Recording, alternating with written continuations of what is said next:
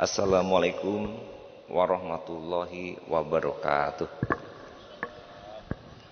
Alhamdulillah huwallazi arsala rasulahu bil huda wa dinil haq liyudhhirahu 'alad dini kullih walau karihal musyrikun walau karihal munafikun wa kafa billahi syahida.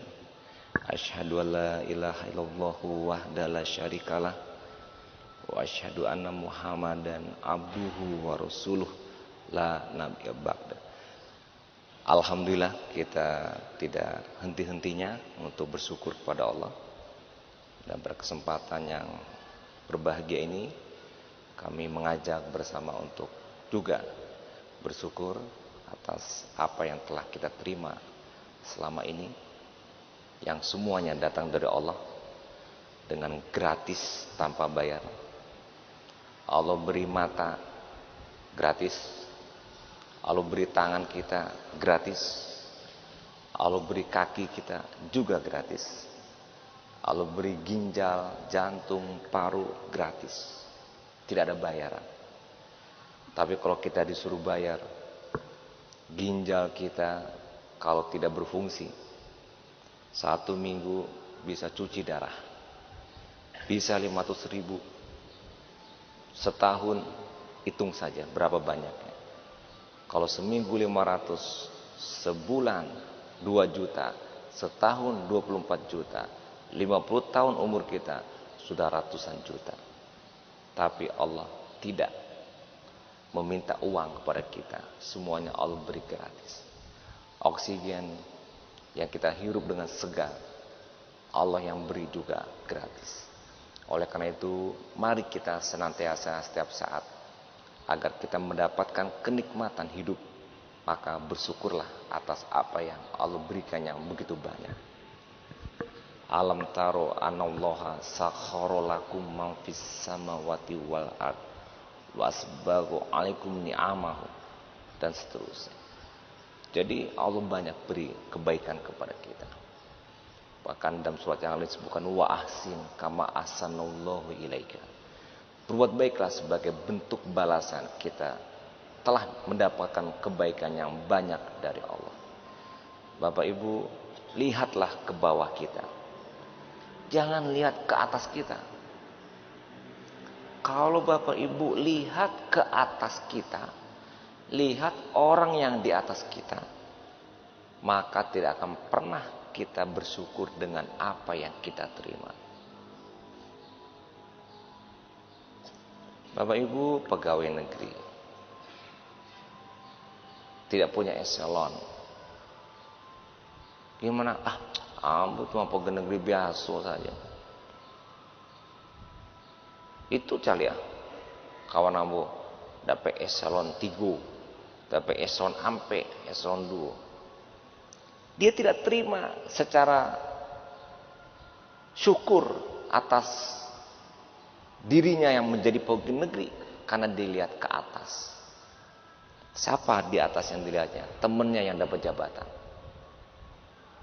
Dia nggak bersyukur. Azab yang dia terima, apa azabnya? Kecewa melulu, sedih melulu, ngomel melulu, nggak serius kerjanya.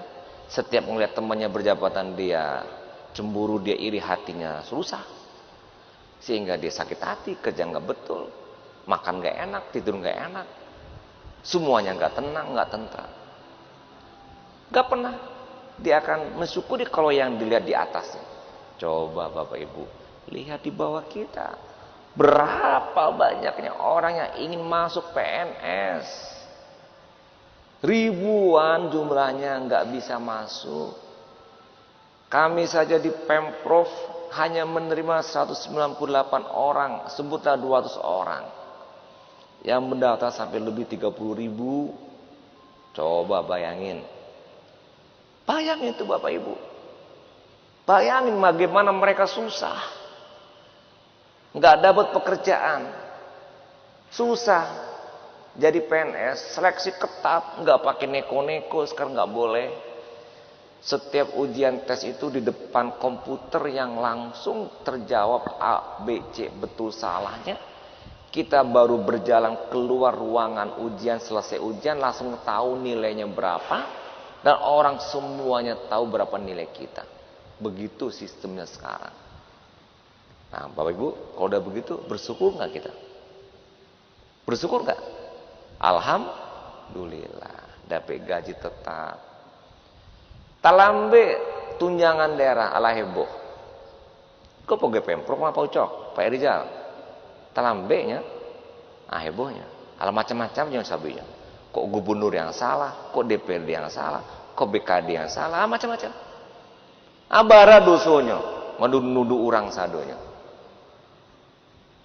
Bara susahnya hati, kecewa, tidak terima, marah-marah, talambe. Tunya pada talambe. Coba Bapak Ibu, saya tanya ini kepada pegawai Pemprov. Take home pay, tunjangan yang Bapak Ibu dapati bersama seluruhnya per bulan dengan golongan dan eselon yang sama di Pemprov dibandingkan dengan kota kabupaten se-Sumatera Barat, mana yang tinggi dapatnya? Ayo jawab. Yang jujur jawabnya. Kalau yang menjawab jujur tanda bersyukur. Yang nggak jawab tuh tanda nggak bersyukur. Yang bapak-bapak kok tinggi? Kok Pak Ucok saya mengecek aja Pak Edi. Yang lain enggak ada dong. Enggak ada berasa bersyukur ya. Kamu tadi sekali ma yang lebih tinggi. Ma yang lebih tinggi. Nah, Ibu-ibu, alhamdulillah. Jadi begitu cara mikirnya begitu.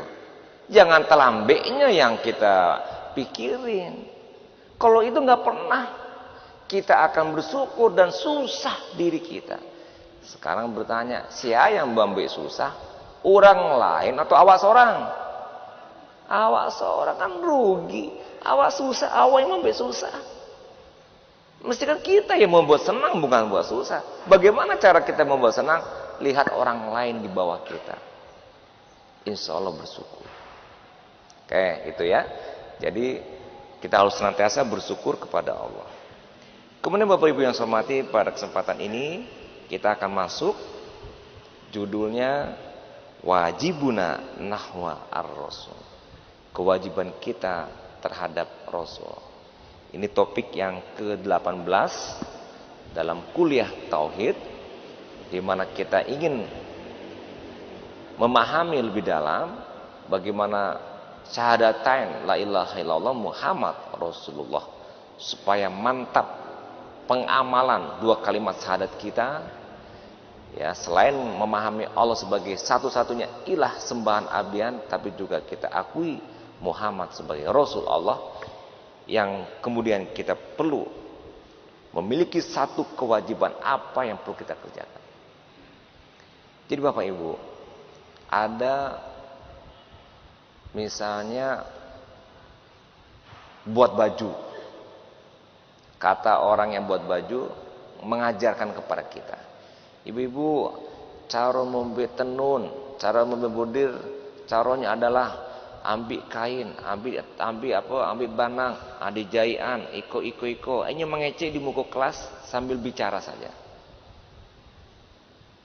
Sudah selesai, sejam 2 jam dia bicara, kerjakan, kata narasumbernya. Bisa enggak awak kerajuan? Nggak panding pelawak. Tidak nyo contohkan, nyo sabi-sabi saja berikut cara-caranya. Nggak mungkin. Kita nggak tahu bawa mobil.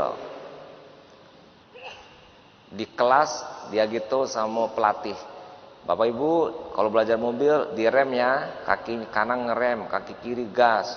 Setir kalau belok kiri ke kiri, kalau belok kanan ke kanan. Nah, itu tahu anak saya. Tapi itu lagi ya tahu.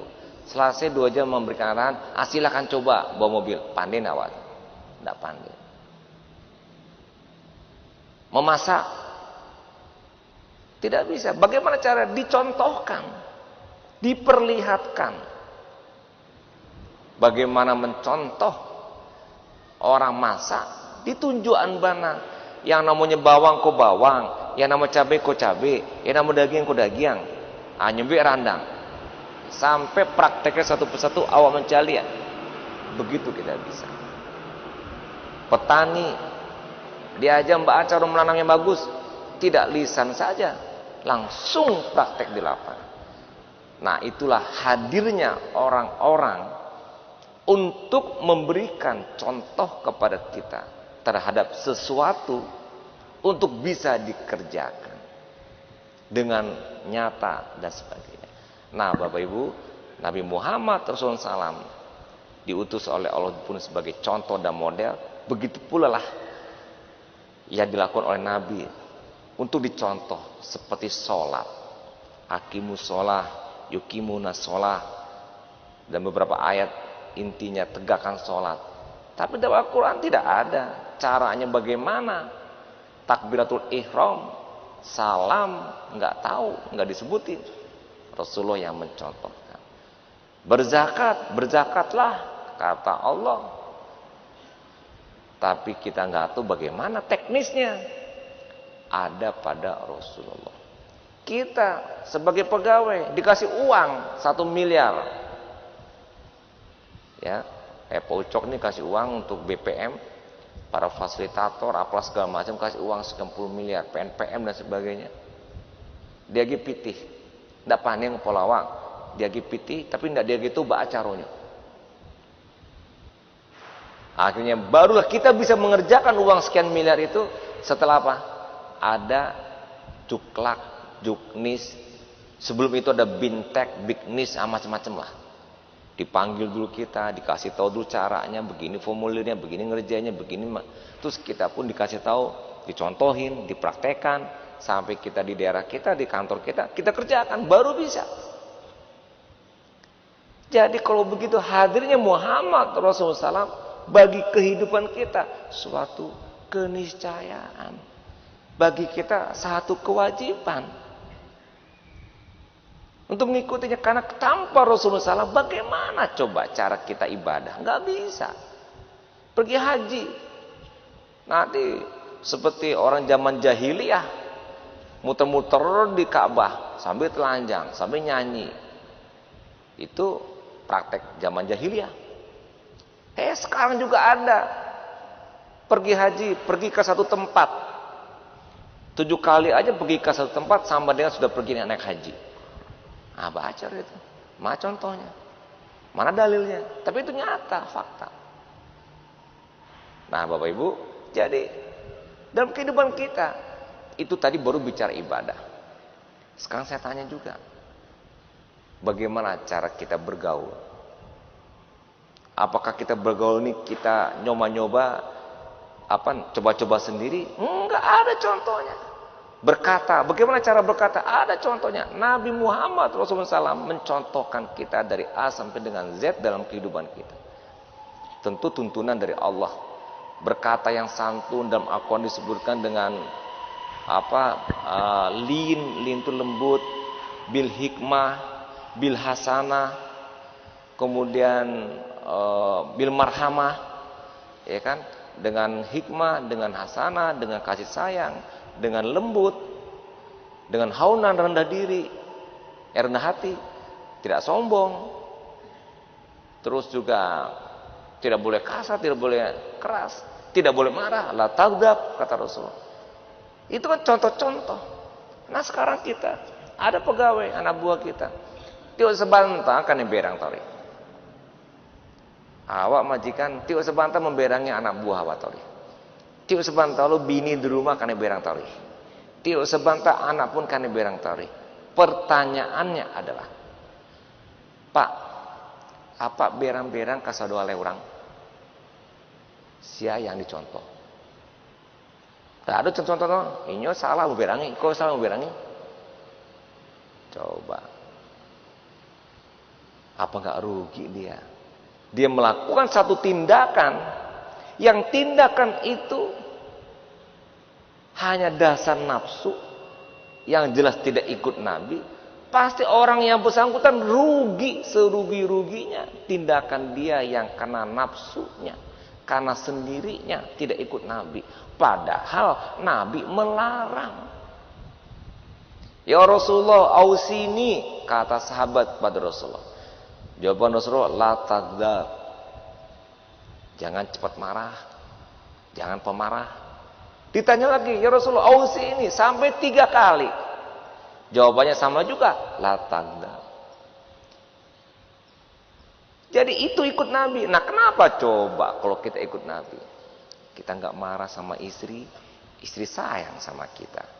Kalau istri sayang sama kita, maunya kita dipenuhi.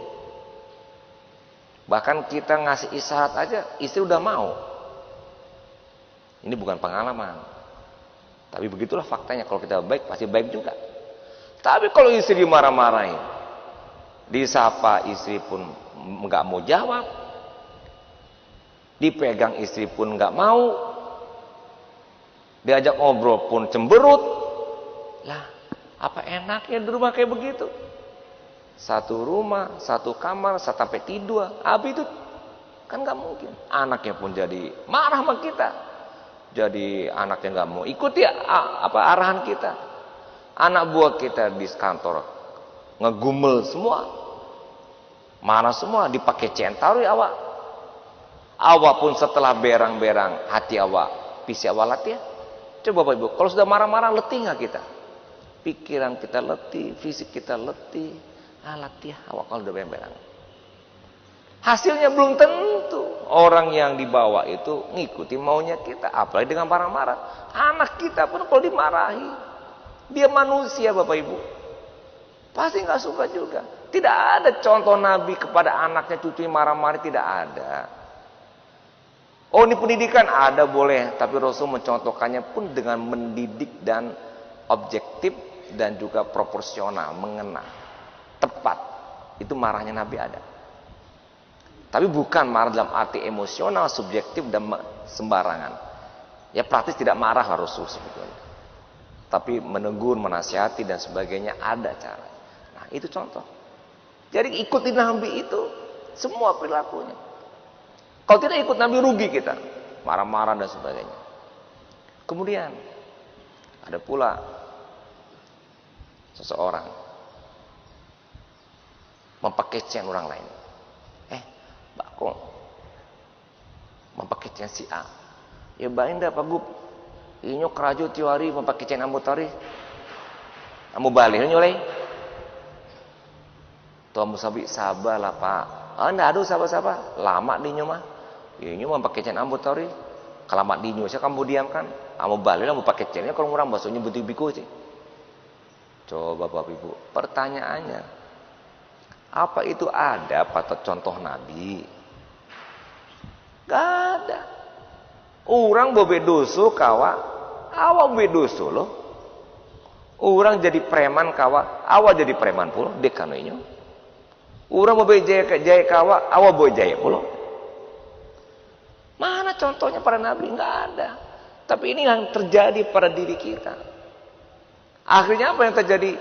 Ketika kita membalas orang dengan cara yang sama juga, pertama kita dosa. Yang kedua kita jadi nggak enak fisik, badan, perasaan, pikiran semuanya nggak enak juga.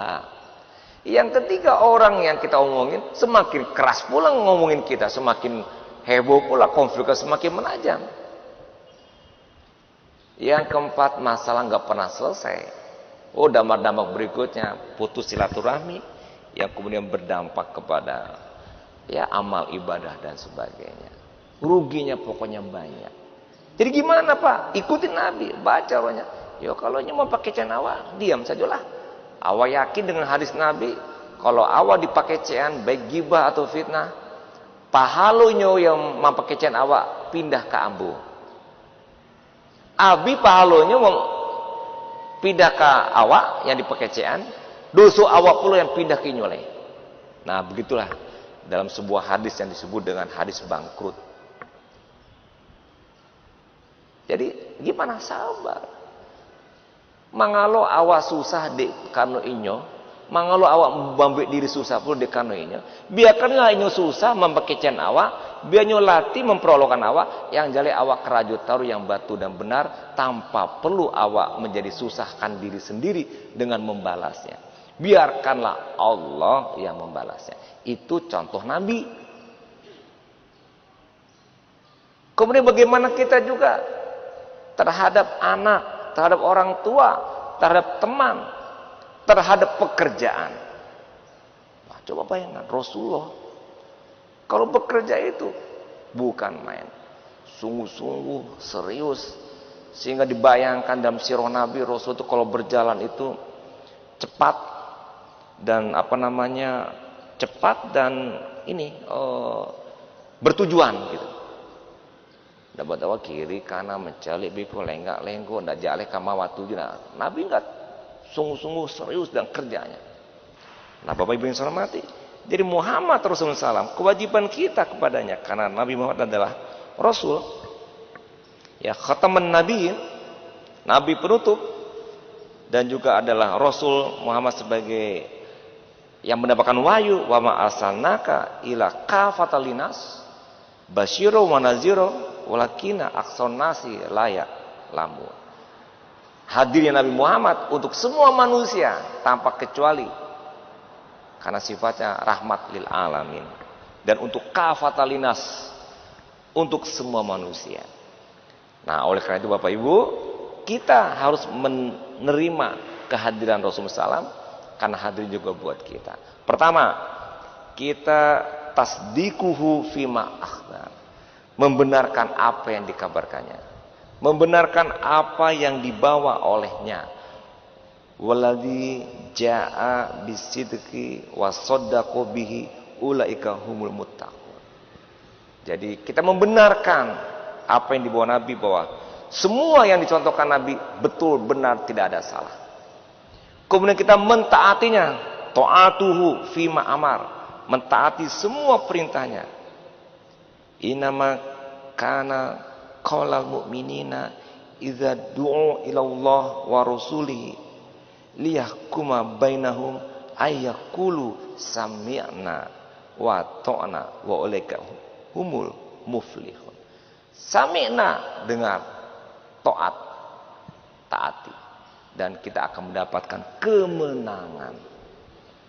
Bapak Ibu, sebenarnya setelah mau pikir-pikir, antara pemimpin dengan anak buah, dari segi pekerjaan lebih enak jadi anak buah daripada pemimpin. Kalau anak buah mengerajokan yang ado di kerajaan, pemimpin mengerajokan tidak hanya yang ado, yang tidak ado pun mesti di kerajaan. Menyelesaikan masalah, berpikir ke depan, berpikir begini begitu dan sebagainya, itu pemimpin. Kalau anak buah, tiba masukkan tua kerajo, kemudian tiba sore pulang-pulang, habis itu saja. Tapi kalau pemimpin, masukkan tuh capek, pulangkan tuh malam, kerajonya banyak, kesana kemari. Nah sekarang kita disuruh sami'na wa ta'na, dengar dan taat sebagai anak buah kita kepada Allah dan Rasulnya. Dengar taat itu paling mudah. Oh, disuruh sholat, sholat, disuruh zakat, zakat, paling gampang, ikuti saja. Nggak ada yang susah. Seperti bayangannya zakat uang kita bakal keluar. Coba. Mudah-mudahan benar penilaian saya. Dulu tahun 2010, tahun 2011, ketika saya melontarkan PNS Pemprov harus bayar zakat, heboh. Apa yang heboh di antara PNS yang dipikir, Pak, piti yang adu saja kini Pak, alun dikurangi zakat, alah kurang Pak.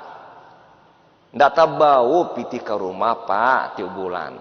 Begitu rata-rata jawabannya. Secara angka nominal betul uangnya, angkonya misalnya tinggal sampai juta. Dibawa pulang selebihnya baik utang habis.